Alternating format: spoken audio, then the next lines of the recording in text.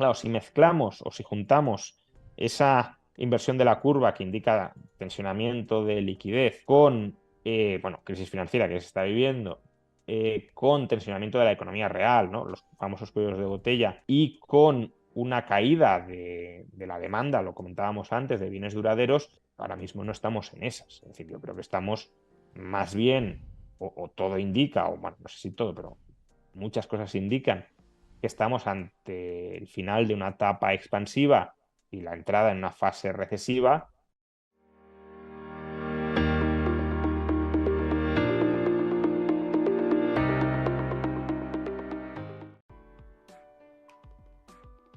Quería preguntarte por un tema, sobre todo porque yo he estado en Estados Unidos, mis seguidores lo saben, por aquí durante más de 2 semanas, he estado por allí trabajando y bueno, reuniéndome con gestores, con gente de la banca de inversión, con traders de Wall Street y demás. Y la conclusión, principalmente de los expertos de la banca de inversión y gestores y demás, es que les preocupa el mercado del crédito y en especial el real estate comercial. Ahí tú ves que pueden saltar un poco, volviendo al tema de la recesión y de los indicadores que nos pueden señalar como que es un espacio que tenemos que vigilar claramente, el real estate comercial. Sí, bueno, se viene hablando ya desde hace meses de ese riesgo potencial, ¿no? Tiene lógica que sea un foco de riesgo, aunque también hay que tener en cuenta que muchas veces en las crisis lo que estalla no suele ser aquello que está más vigilado, ¿no? Sino aquello que ha pasado desapercibido, y precisamente porque ha pasado desapercibido, pues ha llegado a una situación explosiva. Pero bueno, tiene sentido que el real estate comercial sufra por algunas razones que ya hemos mencionado. Si se encarece el crédito, cae la demanda de crédito, estamos hablando de bienes que se compran y se venden a crédito, por tanto su demanda de compraventa se resentirá, como la del real estate residencial, y a su vez parece ser que está siendo la situación más problemática en Estados Unidos. Si la ocupación de las oficinas no está muy boyante, porque además estamos en un momento de ralentización y por tanto, aparte de pues eso, el teletrabajo y todo esto, tampoco va a haber una oleada de apertura de nuevas empresas que quieran alquilar estas oficinas y demás. Claro, si se combina un estancamiento de la demanda de alquiler con una caída de la compraventa y de la posibilidad además de liquidar estos activos y que alguien los compre a crédito, se puede colocar un escenario bajista importante. Si además tenemos en cuenta que muchas de las hipotecas que han financiado estos activos son non-recourse, es decir, que entregas las llaves y te olvidas, dación en pago, pues el incentivo a que si el valor de mercado de estos activos cae por debajo de la deuda, se genere una devolución de estos activos a los bancos para saldar la deuda hipotecaria, es importante y eso puede generar una oleada de impagos. Y claro, ese es uno de los canales a través de los cuales, digo uno porque probablemente haya más que no tengamos presentes, o como decían, los que no se haya colocado el foco, pero es uno de los canales que puede llevar a que una crisis de liquidez en el sistema financiero, como la que desde luego hemos tenido hasta el momento, y es la que se ha llevado por delante a varios bancos, degenere en una crisis originaria de solvencia. Y eso ya sí que abriría horizontes mucho más preocupantes que podrían llevar justamente a que lo que espera el mercado, que es que bajen los tipos de interés, se materialice, ¿no? En parte para inyectar liquidez en el mercado, en parte también porque, como señalabas, claro, si empiezan a caer bancos, eso ya supone una restricción adicional del crédito y, por tanto, para mantener el nivel actual de restricción del crédito, habría que bajar tipos, no mantenerlos, sino bajarlos con intensidad para compensar ese efecto adicional. Bueno, va a haber muy probablemente problemas ahí o en otras partes si los tipos se mantienen en los niveles actuales, y esos problemas llevarán, como espera el mercado, a que los tipos de interés terminen bajando. Que haya que fijarse específicamente en esto, pues es un factor más a considerar, pero seguro que si uno inspecciona con calma encontrará otros. Y otro factor que nos tenemos que fijar mucho, y hablando antes del tema de la resolución con el techo de deuda, etcétera, son los procesos electorales. Tanto en Estados Unidos, en España tenemos, bueno, ahora elecciones autonómicas y demás, pero vamos a tener también generales. ¿Cómo puede influir esto también en las dinámicas de la economía, etcétera, ¿no? Porque, por ejemplo, en Estados Unidos, por poner un ejemplo, se ha tirado de reservas estratégicas de petróleo durante todo Sí. este tiempo para artificialmente mantener el precio de la gasolina a la baja, ¿no? ¿Cómo Claro. seguirán estas medidas cuando se levanten? ¿Cómo puede reaccionar el mercado, ¿no? Porque hay muchos debates abiertos en esta línea. Sí, bueno, a ver, en el caso de España, yo creo que la influencia tanto en el panorama global como incluso la que podamos tener dentro es relativamente limitada. Al final, ha habido mucho electoralismo en España durante los últimos meses con promesas dirigidas claramente a comprar o retener el voto. Pero bueno, esto se ha podido hacer porque Bruselas lo ha consentido, que Bruselas mantiene suspendidas las reglas fiscales. A partir del año que viene las reglas fiscales volverán a estar en vigor. Ya estamos escuchando mensajes de, bueno, pues, por ejemplo, hoy mismo lo publicaban los medios de comunicación, ¿no? Incluso los afines al gobierno, que la Comisión Europea le ha exigido a España que el ahorro fiscal derivado de la puesta, de la finalización de las medidas anticrisis que están ahora en marcha, que no se reconvierta en gasto para otras medidas anticrisis o en gasto estructural, sino que vaya a reducir el déficit. Entonces, este tipo de planteamientos los iremos viendo, pero claro, los iremos viendo porque parece ser que Bruselas va a empezar a ponerse un pelín seria, tampoco mucho, pero un pelín seria, con lo cual le empieza a meter un corsé a los políticos españoles y al resto de políticos europeos. El problema es que ese corsé no estaba hasta la fecha y claro, si tú dices, oye, pues aquí os podéis endeudar, que no pasa nada, no os voy a decir nada, y además el Banco Central Europeo más o menos está ahí cuidando vuestra deuda, pues es que aunque no hubiese habido una necesidad electoralista en ciernes, políticos lo habrían hecho. Ya digo, los procesos electorales creo que aquí creo que van a influir relativamente poco porque nuestra soberanía a la hora de generar influencia es limitada tanto por nuestro peso relativo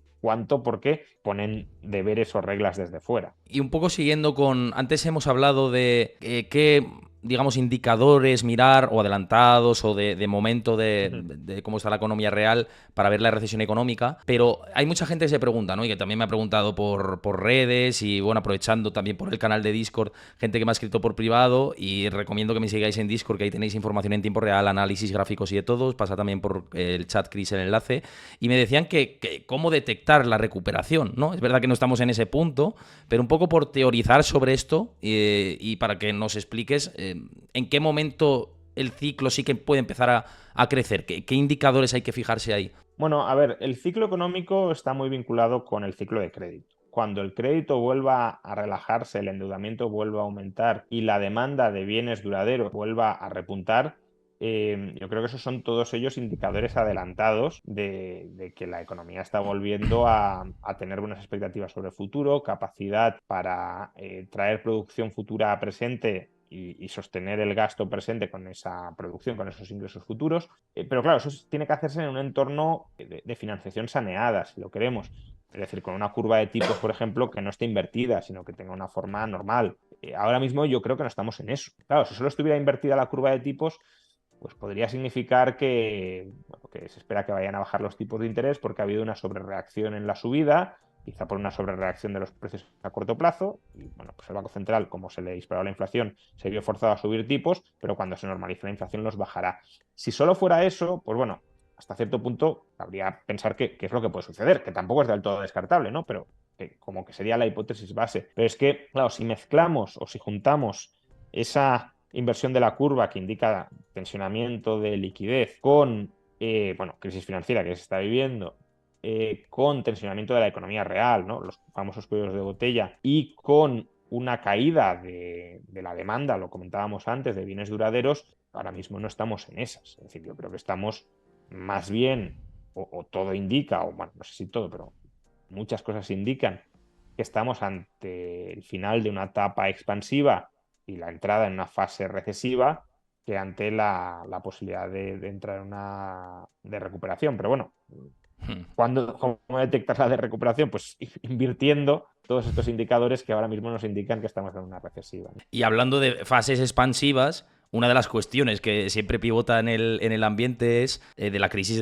tanto del 2008 como del 2020 con el COVID, salimos con QEs, ¿no? Con las medidas de expansión cuantitativa de los bancos centrales.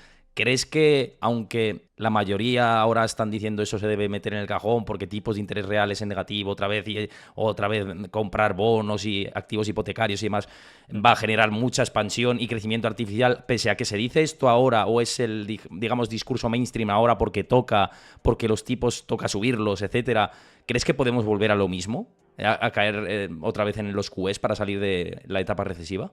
Sí, no creo que sea absolutamente descartable que volvamos a eso. Dependerá de cuál sea la dinámica de los tipos de interés, ¿no? Si la demanda de crédito se hunde muchísimo, eso significaría que entramos en una recesión muy dura.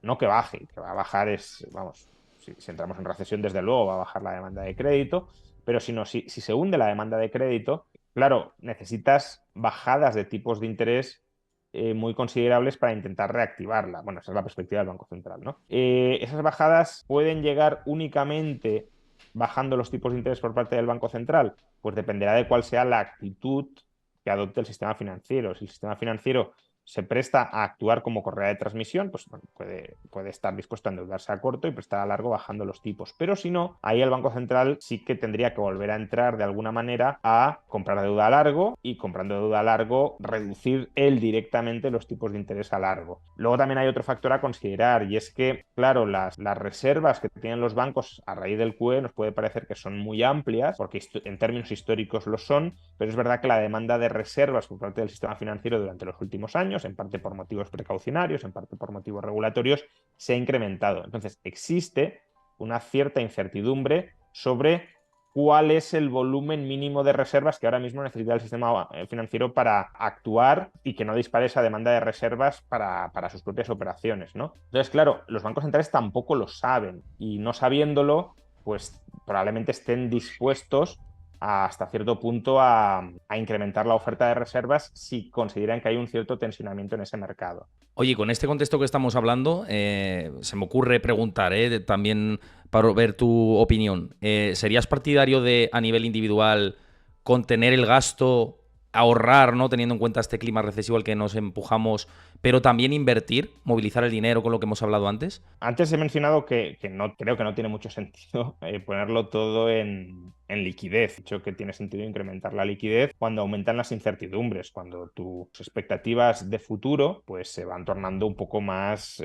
grisáceas o más inciertas. Precisamente porque creo que no tiene sentido tenerlo todo en liquidez. Vamos, no es lo que hago y no es lo que recomendaría hacer, aunque eso también depende de la pericia inversora que tenga cada cual. Claro, si uno no sabe invertir, pues liquidez o deuda a corto, no te vas a poner a invertir porque sí, ¿no? Pero si uno más o menos invierte normalmente y al invertir con normalidad no le va mal o no le va muy mal o a veces le va mal pero a veces le va bien y en promedio más o menos le va bien, pues no creo que este sea un momento para estar absolutamente en liquidez. Claro que en retrospectiva, luego a futuro en retrospectiva a lo mejor diríamos, pues sí, seguro, ¿no? Porque una vez pasado el evento, si entramos en una recesión muy fuerte y se hunde la bolsa, pues la opción es 100% en liquidez. Pero como no es absolutamente cierto en estos momentos que eso vaya a suceder, claro, si uno se hubiese quedado en liquidez a comienzos de 2023 o a finales de 2022, precisamente porque también parecía que íbamos a entrar en recesión y que por tanto podía haber una corrección muy fuerte,